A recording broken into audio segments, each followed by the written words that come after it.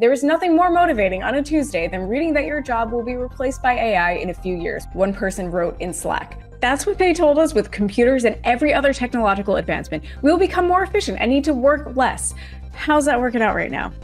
We are both more productive as a society and working more, not less. And UBI is so far away, it is entirely out of sight. Hey, it's Jordan with Status Coup. This is Ashley with Status Coup. On the ground. In Philadelphia. Flint, Michigan. East Palestine, Ohio. Please support the leading independent news outlet on the ground, covering what the corporate media covers up.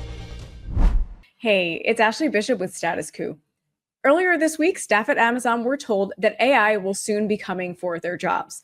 On Tuesday, Amazon CEO Andy Jassy sent a memo to staff telling them that Amazon is ratcheting up its use of generative AI, which will take their jobs. Jassy called on workers to learn AI and to adapt in a last-ditch effort to protect their livelihoods. Instead of learn to code, which we know did not work out, the goalpost for job security for workers has been moved yet again to learn AI.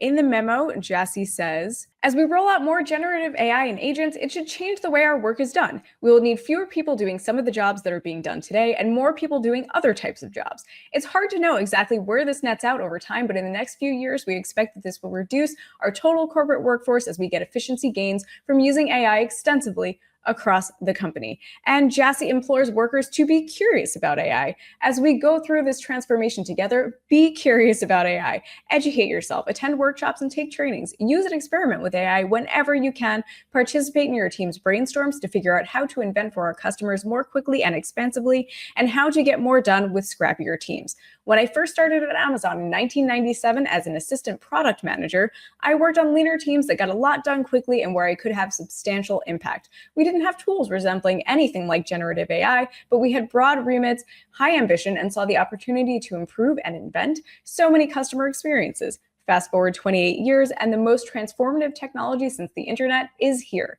Those who embrace this change, become conversant in AI, help us build and improve our AI capabilities internally, and deliver for customers will be well positioned to have high impact and help us reinvent the company. But in the future that Jassy is calling for, jobs like assistant product manager, where he worked on leaner teams that got a lot done quickly and where he could have substantial impact, will not exist. Again, this is learn to code all over again, but worse. Train the AI models through use so that they can become more adept at meeting the company's needs so that they can then replace you with that same AI. And it's not just delivery drivers, which Amazon is looking to replace with AI bots who will deliver your packages, and customer service representatives whose jobs are imperiled by AI. It is like they're saying right now, it's white-collar information workers too. Because of course it is. If you depend on a paycheck, your job is not safe.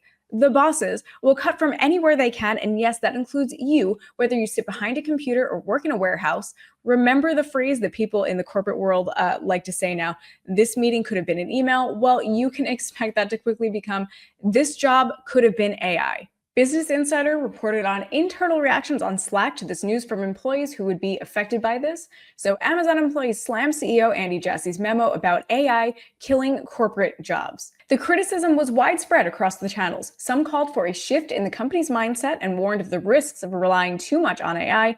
Others voiced blunt concerns about looming layoffs, while a few demanded that leadership share in the fallout.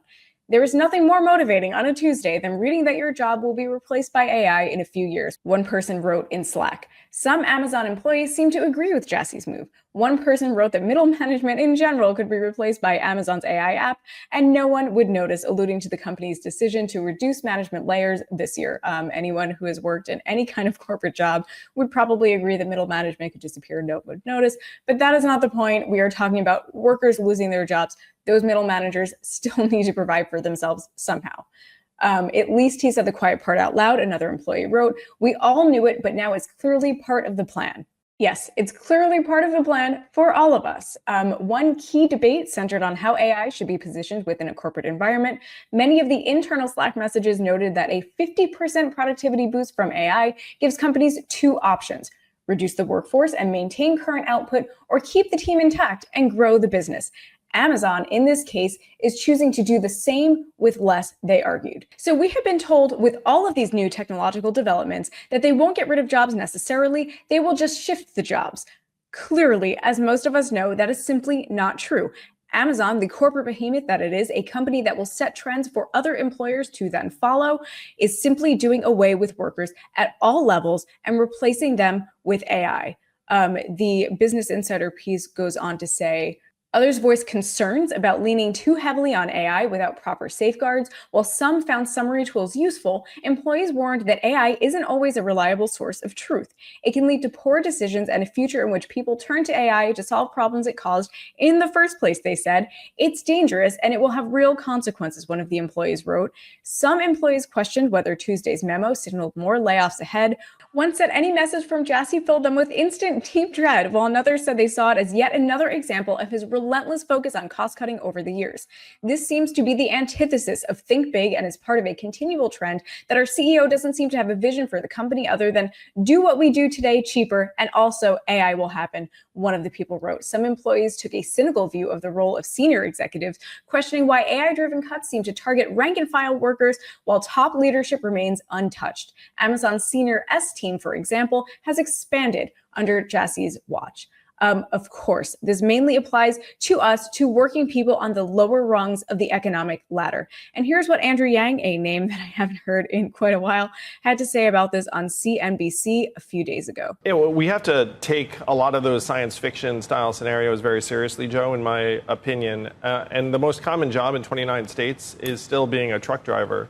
You have robot trucks just now hitting the highways. They'll be gone. Dario Amodei, the CEO of Anthropic, said, look, we're going to automate away a lot of the entry-level white-collar jobs. And he's right, because I talked to executives at these companies who are doing exactly what Andy Jassy is talking about at Amazon, looking around saying, hey, guys, instead of hiring a bunch of 22-year-olds, maybe we should have AI do that work.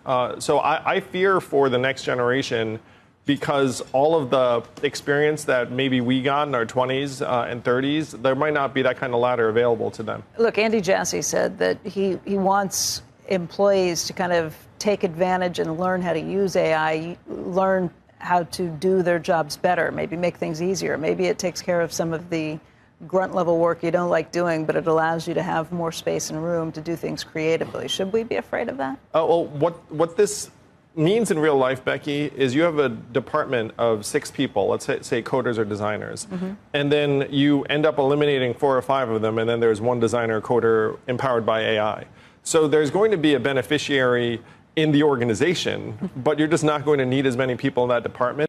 Yes, I agree with Yang. There's going to be a beneficiary, and it's not going to be us. It's not going to be you if you depend on a paycheck. And I'm going to skip ahead a little bit here, so let's hear some more of what Yang had to say. Competitor is China, so I got to go. The question is what happens to people, and I'm someone who, look, I'm not anti-progress, anti-innovation. I think all of that stuff is very positive, but you have to be clear-eyed about the impact on people, on organizations, on workers. And in my estimation, this 4th industrial revolution is the most dramatic thing that's happened to our society in history. AI might be the most radical breakthrough in human history. And so we have to think much, much bigger. About that allows more spare time, that allows people to, we become so rich from AI that maybe you can do UBI, and not everyone has to work 5 days. You gave me a thumbs up. Is that the answer for you? To me, that is the answer.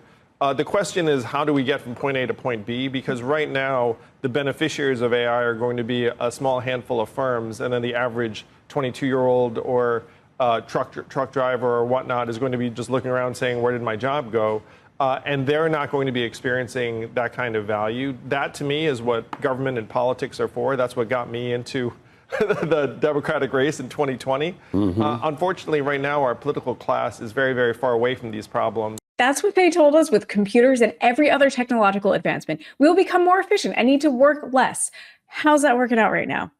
We are both more productive as a society and working more, not less. And UBI is so far away, it is entirely out of sight. And the real question for Jassy and others is how they can continue to have a consumer base once the workers that they have replaced with AI are too destitute to buy any of their garbage products. That's the future we're looking at with AI, which is just one of the many issues that we are facing right now. So thank you guys for watching. Please like, follow, and subscribe to Status Coup. And please do become a member so you can support independent journalism at statuscoup.com/join. Thanks again for watching, and I will see you guys in the next video. Bye.